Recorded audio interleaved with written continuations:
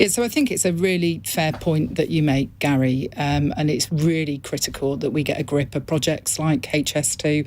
I stood up in the House of Commons recently and described what I saw as a litany of failure. There was poor management, ineffective contracts in place that didn't sufficiently incentivise the suppliers to do a good job and provide value for money to the public sector. But what we also saw under the last government was they just kept moving the goalposts constantly. So there were constant changes to scope. They were letting contracts to builders and construction companies when they didn't actually know what they were asking those companies to build. And we all know, if you think about having works done in your own home, you can be fleeced a lot of the time, can't you, if you're not clear about exactly what you want. And so I think those were some of the mistakes. A lot of people in the north of the country and probably in other parts are saying, well, it's all very well spending all this money on London Underground. We accept that it's important to do that. But, David Blunkett, for example, I'm sure you're aware of the plan that he's come up with for a £14 billion Yorkshire rail plan. £14 billion, hell of a lot of money.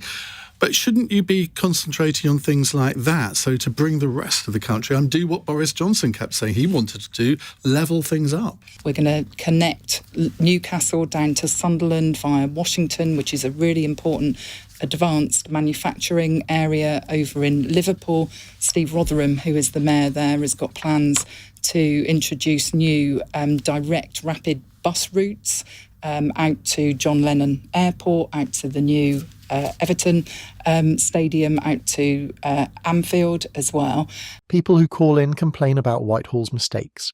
Alexander gives positive phrases but no plan to save money.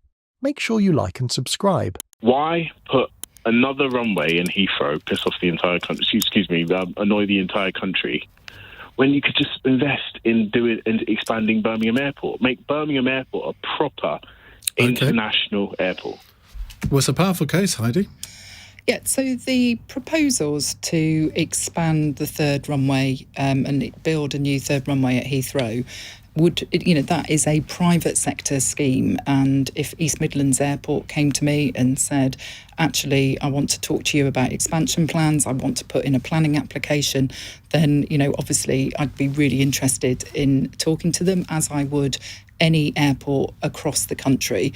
As the Transport Secretary, I have to deal with the planning applications that come forward. And so when I started in this job back in December, there were already 2 planning applications on my desk from the privately owned airports. In fact, actually, Luton is owned by the local authority, and I think avoided even being in the country to vote on it. We said, look, Heathrow, if you're serious about doing this, if you've got investors that are lined up and want to make that commitment, then let's see what your proposals are now. Bring those forward in the summer. We've got to then do a bit of a review of a document called the Airport's National Policy Statement in order to judge the planning application that comes in against the government policy. And so it's been led by the private sector. It's a private sector scheme. I'm not sure that's true, because we've said that any scheme that is consented needs to comply with our legally binding climate change targets, that it also needs to meet very strict standards on things like noise and air pollution as well. And so there will have to be a planning process here that we go through. What's interesting is that the expansion of a whole number of airports have been factored into something called our Carbon Budget 6. The minister says it's private, but the carbon bill and the risk of losing money in politics fall squarely on the taxpayers. There was a really important report actually published today by NESO, the National Energy Systems Operator, that said it was a very serious, very unusual technical failure in the substation at Hyde, which is just on the outskirts of Heathrow, and that provided one of the routes of power going into the airport. It obviously took out electricity to a number of homes in the area as well. Ofgem are actually launching an official investigation into National Grid to see whether they have breached any of their licence conditions. The energy supplies overnight. There is going to be a big piece of work. But you can't tell me now that this couldn't happen again. So I think we do need to understand in detail the resilience of the energy supplies that are critical for our key bits of national infrastructure. The Cabinet Office are leading a review on that. The only guarantee after the failure left thousands stranded is another evaluation by Whitehall. There is no set timeline or fix. Make sure you like and subscribe. If we think about the different types of public transport there are, you've got the rail network, you've got the buses. So perhaps if I start with what we're doing on the rail network, in order to address people that have got physical disabilities, we've got a programme of putting lifts into railway stations. At the moment, we've got about 2,000 stations across England and Wales, and about half of them have good step-free access between the entrance to the station and the platform, and we need to increase that number because not only would that be good for people with physical disabilities, it's also good for people that are travelling with young families. If people are going on holiday, they've got heavy bags and suitcases. So improving the accessibility of stations is really important. I also want to make sure that when people are travelling on a train, they've got an easier way to book assistance to try and get on the train as well, because I think it's too complicated at the moment and it's not reliable enough. So people turn up to use a train, and some of the time that assistance to get onto the train isn't there. And so there's a lot of really good thinking that's going on about how we can make the whole of the public transport network more accessible. And Claire, let's turn the question back on you. What one thing would you like Heidi to do to make things better for disabled people on public transport? A commitment from the Cabinet to write a letter shows how little power passengers, particularly disabled ones, truly have. The logic of that is to have a speed limit of 1 mile an hour. And if you want to eradicate all road deaths, I mean, that's kind of where you have to head. And we have a fantastically good record of, it sounds awful, but on road deaths in this country compared to other European countries, don't we? Look, you've got to get the balance right. There are some European countries that are better than us. If you look, Only one, I think. Well, I think Norway's better than us. They're one of the safest countries in the world when it comes to road, people being killed and seriously injured on the roads. Look, it's not all about speed though. It's also about the way that our streets are designed. It's about making sure that we've got road surfaces that are decent and fit to be driven on, because if you're hitting a massive pothole, that's going to be a road safety hazard as well. He didn't repeat what he said in January about her having the job until the next election, which gave Kemi Badenoch a real opportunity, didn't it? Well, I shouldn't read in anything into that, to be honest. I think he's been clear this afternoon that she's not going anywhere. And, I've known her for a long time, and I know that she is a superbly skilled, talented, resilient politician. I think the Labour Party and the Labour government owes her a lot for the leadership that she showed, particularly in advance of the election, to get us to a place where the public said we will trust the Labour Party with our money. The minister's go-to technique is to use numbers without a plan and ask that Westminster is just cruel, whether it's about speed restrictions or cabinet wobbling. Well, look, Kieran, I totally agree with you, to be honest, and it's one of the reasons why we are setting up Great British Railways, which is going to be an integrated body that brings together the management of the track, which is currently done by Network Rail, and all of the train operating companies, which over the next 2 years are all slowly going to come into public ownership, because at the moment a large number of the train operating companies are still owned privately. They're private businesses. But are you saying that, within a couple of years, what Kieran wants to be able to do, he will be able to do that? That would be my ambition, yes.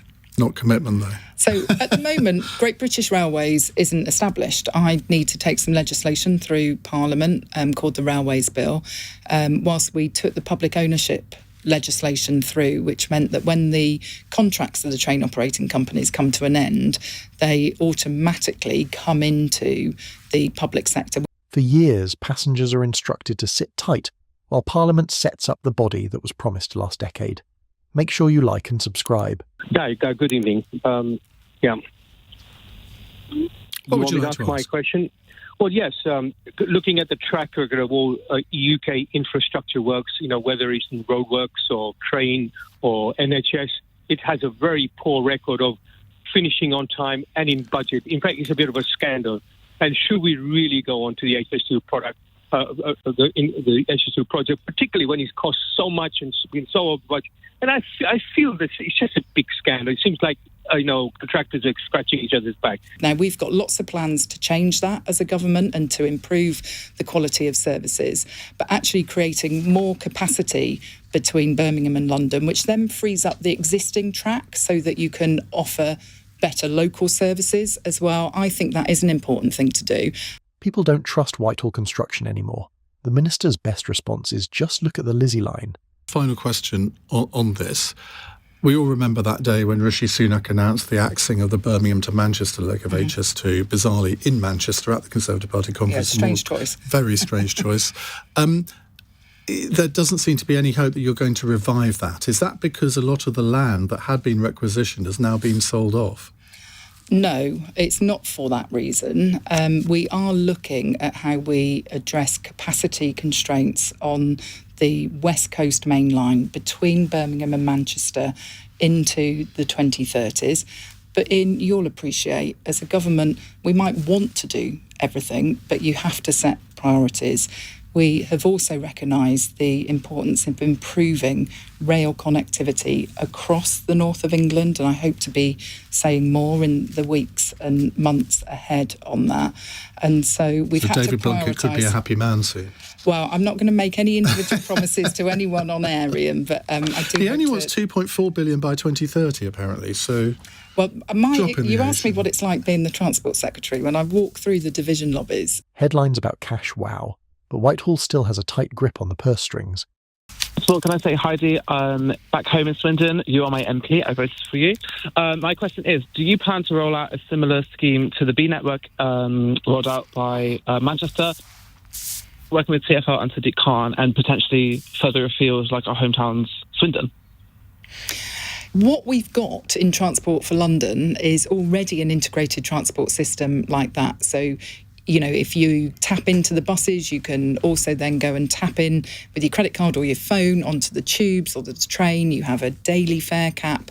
And so what Andy is creating in Greater Manchester does already exist in London. We just don't call it the B network. And we've got red buses in London, not the yellow ones he's got in Manchester.